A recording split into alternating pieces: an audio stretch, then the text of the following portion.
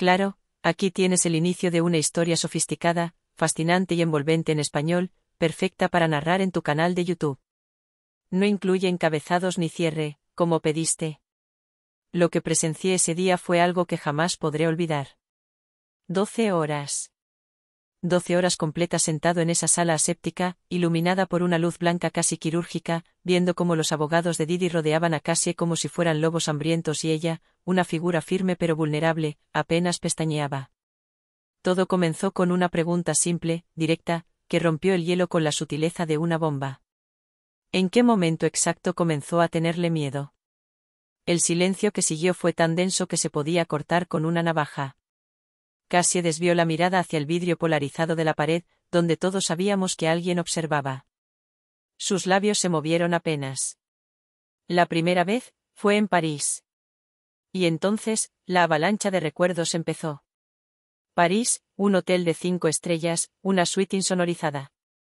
Un grito apagado tras una puerta cerrada. Los abogados tomaban nota frenéticamente, como si cada palabra fuera una pieza clave de un rompecabezas que había estado oculto por más de una década. ¿Él le gritó? Preguntó la abogada más joven, de voz cortante como cristal. Cassie asintió. Pero no fue solo eso. Su relato se fue haciendo más denso, más sombrío. Las fiestas privadas con listas de invitados que cambiaban a última hora. Las cámaras ocultas en habitaciones que ella no sabía que estaban siendo grabadas. Las veces que alguien tocaba su puerta a las 3 de la mañana con una botella en la mano y una sonrisa falsa. ¿Sintió alguna vez que no podía irse? Todo el tiempo. Las manos de uno de los abogados temblaban ligeramente mientras giraba la tapa de su bolígrafo. A esas alturas, ya no era solo una declaración legal. Era un testimonio. Un grito desde el centro de una prisión invisible. Y cada palabra de Cassie desgarraba el silencio con la fuerza de quien ha esperado años para hablar. Habló de llamadas telefónicas interrumpidas, de mensajes borrados antes de que ella pudiera leerlos. De una habitación secreta dentro de la mansión de Los Ángeles. Sí, una habitación sin ventanas, con una cerradura electrónica que solo respondía a una huella. No había pruebas físicas, pero la forma en que ella lo describía, la textura de su voz cuando mencionaba el olor del cuero, el frío del mármol bajo sus pies. No podía ser invención. Uno de los abogados intentó desacreditarla. Era evidente. La forma en que sus preguntas se volvieron más punzantes, más técnicas. ¿Está usted segura de que no era simplemente parte del juego? ¿Consentido? ¿Un juego? Repitió Cassie con una sonrisa amarga. Si eso fue un juego, entonces yo era la única que no conocía las reglas. 12 horas. 12 horas de confesiones, negaciones, llantos silenciosos y miradas gélidas. Nadie salió igual de esa sala. Ni siquiera yo, que entré como observador. Porque lo que ocurrió ahí fue más que un interrogatorio. Fue el principio de una grieta, una fractura en una fachada pulida durante años. Y apenas estábamos empezando. Casi aún no había mencionado el incidente de Atlanta. Ni el sobrelacrado que entregó a su abogado privado antes de entrar. Nadie sabía qué contenía. Pero todos sentíamos que era importante. Y cuando ella respiró profundo, como quien se prepara para saltar desde un acantilado, supe que lo peor, o lo más revelador, estaba por venir. Ese sobre, dijo finalmente Cassie, señalando el portafolio negro que reposaba al lado de su abogado, contiene copias de los mensajes que logré recuperar de mi antiguo teléfono. Algunos están borrosos, otros incompletos, pero hay suficientes. El murmullo que recorrió la sala fue tenue, pero cargado de electricidad. Uno de los abogados de Didi se inclinó hacia adelante, su voz bajó medio tono, como si temiera despertar a una bestia dormida. ¿Mensajes de quién? Cassie lo miró directo a los ojos. De él. De sus asistentes. De 2 celebridades que ustedes conocen muy bien. Un leve estremecimiento recorrió la columna vertebral del fiscal adjunto. Era como si en esa frase se hubiera mencionado a fantasmas que todos fingían no ver. Cassie abrió el sobre con manos firmes. Sacó un fajo de papeles que parecían arrugados, con marcas de tinta corridas, como si hubieran sobrevivido una tormenta. Los deslizó sobre la mesa como si fueran cartas marcadas en una partida en la que ya nadie podía retirarse. Uno de los documentos tenía fecha de 2017. La captura mostraba un chat a las 3:15 de la madrugada, con un mensaje que simplemente decía: no hables de lo que viste en la habitación azul. Nadie lo haría, ¿verdad? Los ojos de uno de los abogados se estrecharon. ¿La habitación azul? Estaba en la casa de Miami. Solo se usaba cuando llegaban invitados especiales. Cassie hizo comillas en el aire. Nadie entraba sin autorización. Y nadie salía sin una advertencia. Las palabras flotaban como humo espeso. Era difícil discernir si lo que más inquietaba a los presentes era el contenido de los mensajes o la certeza con la que ella hablaba. Una certeza que solo tiene quien ha cruzado el infierno sin perder la memoria. Uno de los abogados intentó objetar. Señoría, sin pruebas verificables, esto sigue siendo circunstancial. Pero Cassie lo interrumpió. Tengo los originales guardados en una caja de seguridad en Suiza. Están encriptados, pero se pueden verificar. Esto que les muestro es solo para que entiendan que no estoy improvisando. Hubo un silencio. Largo. Incómodo. El tipo de silencio que se siente en la boca del estómago, como una premonición amarga. Y entonces, como si se hubiera guardado lo más pesado para el final, Cassie respiró hondo y bajó la voz. Lo que ocurrió en Atlanta no fue un accidente. Los abogados dejaron de escribir. Incluso el más veterano se quedó con la pluma suspendida en el aire. Usted dijo que fue una pelea, dijo uno. Que él estaba alterado, pero que no pasó de eso. Cassie cerró los ojos un instante. Al abrirlos, parecía que estaba viendo algo detrás de todos nosotros. Eso fue lo que dije al principio. Porque tenía miedo. No solo de él. De lo que podía pasarme si decía la verdad. Pero lo que realmente ocurrió fue esto: él me llevó al penthouse del W. No había cámaras en el pasillo. Solo las del ascensor, y esas desaparecieron misteriosamente 3 días después. Había otras 2 personas en la habitación cuando llegamos. Una de ellas tenía una cámara. La otra llevaba una maleta. Su voz no temblaba. No se quebraba. Era hielo puro, tallado con precisión quirúrgica. La maleta tenía cosas. Juguetes, máscaras, cadenas. Algunas eran metálicas, otras estaban forradas en terciopelo. Yo no sabía lo que iba a pasar. Pensé que era una sesión de fotos. Él me lo había dicho así, una sesión privada, muy artística, para un proyecto personal. Los abogados no se movían. Ni siquiera parpadeaban. El tiempo dentro de la sala pareció detenerse. Pero no era arte. No había nada artístico. Lo que siguió fue grabado. Parte del vídeo lo vi yo misma después. Me lo puso él. Dijo que si alguna vez pensaba hablar, eso saldría a la luz. Me lo repitió muchas veces. Años después me di cuenta de que era su forma de mantenerme bajo control. Como si cada palabra mía estuviera encadenada a ese archivo. La mujer que transcribía dejó de teclear. Sus dedos temblaban. ¿Tiene copia de ese vídeo?, preguntó uno de los abogados. Cassie negó lentamente con la cabeza. No. Pero sé quién la tiene. O quién la tenía, al menos. Su nombre está en la lista que les entregué. Página 9. Abajo. El abogado hojeó los documentos, con manos torpes, hasta detenerse. Sus labios formaron una línea apretada. Miró a los demás. Luego a Cassie. Esto cambia todo. Pero Cassie no reaccionó. Su mirada seguía fija en un punto indeterminado. En su mente, probablemente, seguía dentro de esa habitación, donde las luces eran tenues, las paredes insonorizadas, y las palabras se volvían cadenas. No busco venganza, dijo finalmente. Solo quiero recuperar mi historia. Porque durante años, viví dentro de la suya. Y aún quedaba más por decir. Cassie no había mencionado la grabación de audio.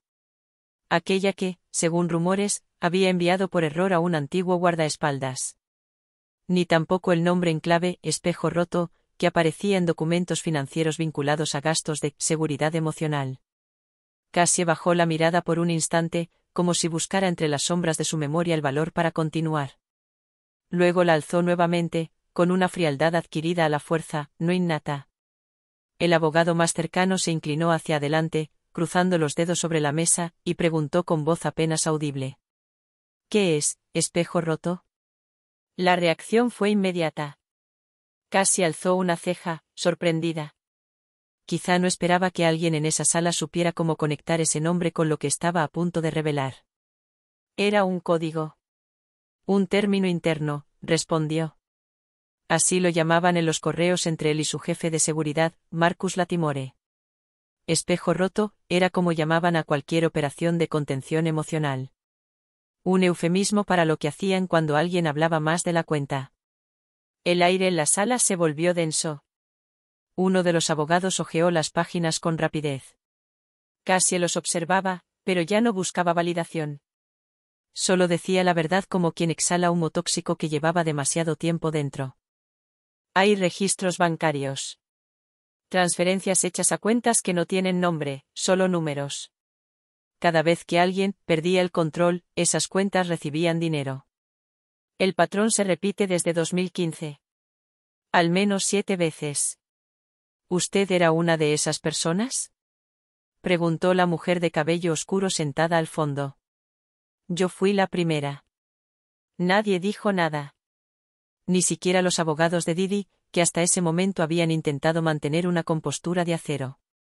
Uno de ellos se pasó una mano por el rostro, claramente incómodo. El otro evitaba mirar a Cassie directamente. Ella, en cambio, parecía transformada. Ya no era solo una testigo. Era una memoria viva, articulando un relato que había sido ocultado con amenazas, manipulaciones y cheques millonarios. A veces se trataba de sobornos, continuó. Otras, de silencios forzados. Terapias pagadas con condiciones. Acuerdos de confidencialidad disfrazados de contratos de asesoría. Tengo copias de al menos 3 de esos contratos. Una de las personas firmó porque le prometieron que si callaba, le borrarían una deuda de casi $1 millón. El abogado que tenía el sobre con los documentos se levantó de su asiento. Caminó hasta el final de la sala, abrió el portafolio y sacó un archivo delgado. Lo colocó frente al fiscal. ¿Puedo mostrar esto? Preguntó. El fiscal asintió. El archivo contenía una carta. Impresa en papel satinado, con membrete legal. Firmada por un bufete en Las Vegas. En ella se detallaba un acuerdo entre una consultora de imagen y una productora audiovisual que jamás había producido un solo vídeo. Cassie señaló el nombre en la esquina inferior. Ese es uno de los alias que usaba él. No aparece en registros oficiales, pero está vinculado a una tarjeta Black de American Express que se usó para pagar vuelos privados, joyas u otras cosas. El fiscal leyó en silencio. Cuando levantó la vista, su rostro tenía una tensión visible. ¿Y por qué está hablando ahora?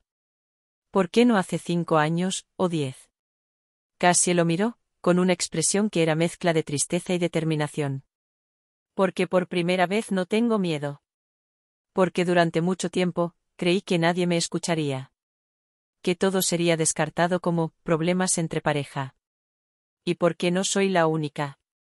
Hay más. Personas que están esperando ver qué pasa conmigo para decidir si también hablarán. El fiscal asintió lentamente, sin decir nada. Uno de los abogados de Didi, sin embargo, rompió el silencio con una risa breve, casi cínica. ¿Y espera que le creamos todo esto sin pruebas físicas concluyentes? Estamos hablando de acusaciones extremadamente graves. Esto puede destruir reputaciones. Carreras. Cassie no se inmutó. Las reputaciones se destruyen con la verdad solo cuando están construidas sobre mentiras. El abogado abrió la boca, pero no respondió. Sabía que cualquier palabra que dijera en ese momento sería inútil.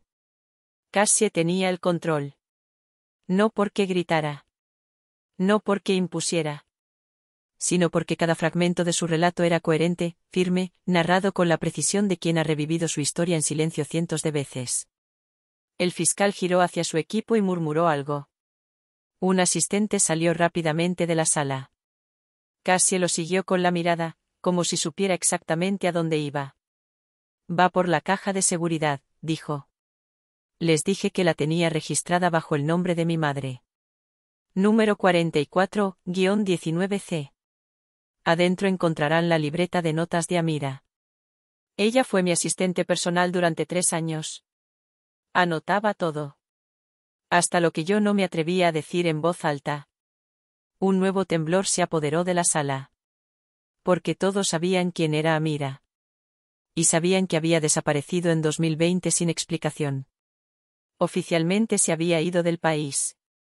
Extraoficialmente, nadie la había vuelto a ver. Cassie tragó saliva, aunque su voz no vaciló. Si encuentran esa libreta, sabrán que lo que digo es apenas la superficie. Lo más oscuro aún no ha salido. Porque hay nombres. Eventos. Lugares. Grabaciones que no he visto. Fotos que no sabía que existían. El abogado de Didi se movió incómodo en su asiento. Cassie lo miró directamente. Y cuando lo sepan, entenderán por qué nadie se atrevió a hablar antes. Y por qué ahora ya no hay forma de detener lo que viene. Las puertas se abrieron lentamente, y el asistente volvió a entrar, cargando una caja de seguridad gris con el número 44-19C grabado en relieve metálico. La colocó sobre la mesa sin decir una palabra, como si el solo peso de su contenido dictara silencio. Todos se inclinaron ligeramente hacia adelante, como atraídos por una fuerza invisible. Cassie la observaba con los ojos vidriosos, como si por fin estuviera a punto de liberar un fragmento de sí misma que había mantenido encerrado durante años. El fiscal, con manos cuidadosas, levantó la tapa. Dentro, en una bolsa de terciopelo negro, yacía una libreta de cuero rojo. Gastada en las esquinas. ¿Marcas de tinta? Alguna gota seca que quizás alguna vez fue una lágrima. El fiscal la abrió y hojeó lentamente. Páginas llenas de nombres, fechas, lugares. Trazos rápidos, urgentes, como si Amira hubiera escrito sabiendo que no tendría otra oportunidad. Una nota en la primera página decía: si me pasa algo, no fue un accidente. Esto es todo lo que sé. Todo lo que vi. Todo lo que ella no podía decir. Cassie se quedó en silencio. No hacía falta agregar nada más. El peso de esa frase flotaba como una sentencia. Era el testimonio de alguien que lo había arriesgado todo por la verdad. Una verdad que durante años había sido enterrada bajo lujos, contratos de confidencialidad, y sonrisas ensayadas frente a las cámaras. Uno de los abogados cerró su carpeta. La sala estaba inmóvil. Ni una tos, ni un movimiento. Era como si el aire se hubiese congelado. El fiscal, finalmente, alzó la vista.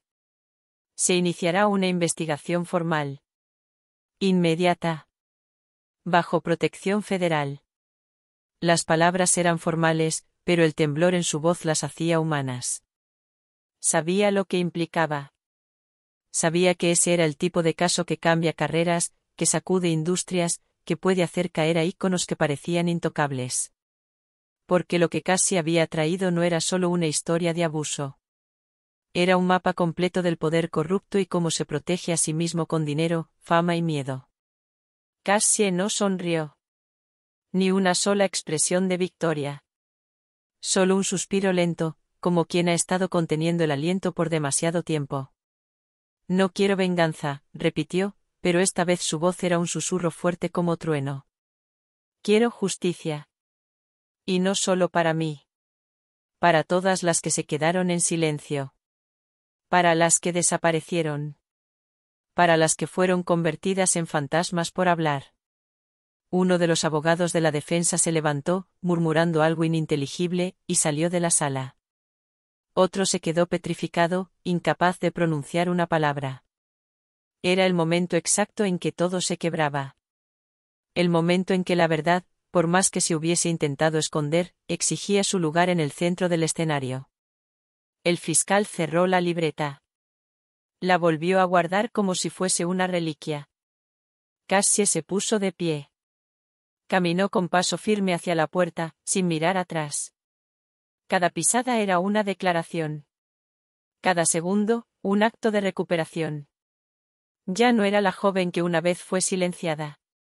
Era la mujer que, con voz temblorosa pero invencible, había encendido una mecha que nadie podía apagar. En las horas siguientes, mientras la sala quedaba vacía, mientras los teléfonos comenzaban a sonar, mientras los nombres escritos en esa libreta viajaban de mano en completo silencio, una nueva historia comenzaba a escribirse. No en tabloides. No en titulares vacíos. Sino en las decisiones que cambiarían destinos. Cassie, desde una habitación privada, observó a través del ventanal cómo el cielo de la ciudad comenzaba a oscurecer. La tormenta apenas comenzaba. Pero esta vez, ella no tenía miedo. Esta vez no correría. Esta vez, ella era la tormenta. La noticia se filtró a los medios en cuestión de horas. Las redes sociales estallaron. Nombres conocidos comenzaron a borrar publicaciones, cerrar cuentas, emitir comunicados llenos de excusas y vacíos de alma. Pero era demasiado tarde. La grieta ya se había abierto, y las verdades que habitaban debajo de los muros dorados no se podían volver a encerrar. Uno por uno, los ecos del testimonio de Cassie comenzaron a encontrar otras voces. Voces que llevaban años ocultas. Modelos. Asistentes. Excolaboradores.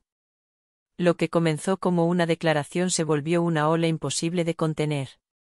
Y ella, que durante tanto tiempo pensó que estaba sola, descubrió que en realidad había sido la primera en romper el silencio.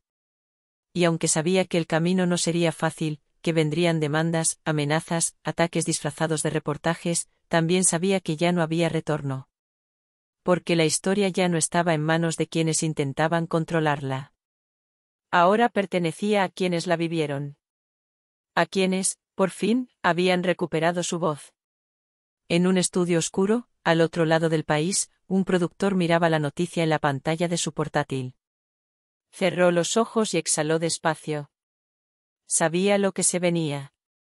Sabía que su nombre también estaba en esa libreta. Y por primera vez en años, tuvo miedo. Cassie, mientras tanto, escribió una sola frase en una hoja de papel, la firmó, y la guardó en su bolsillo. Era para ella, no para nadie más. A veces, contar tu historia es lo más peligroso que puedes hacer. Pero también lo más poderoso. La historia no terminaba allí. Porque lo que Cassie había hecho era mucho más que revelar secretos. Había encendido una luz en el rincón más oscuro del espectáculo. Y una vez que esa luz se enciende, no hay poder en el mundo que la vuelva a apagar.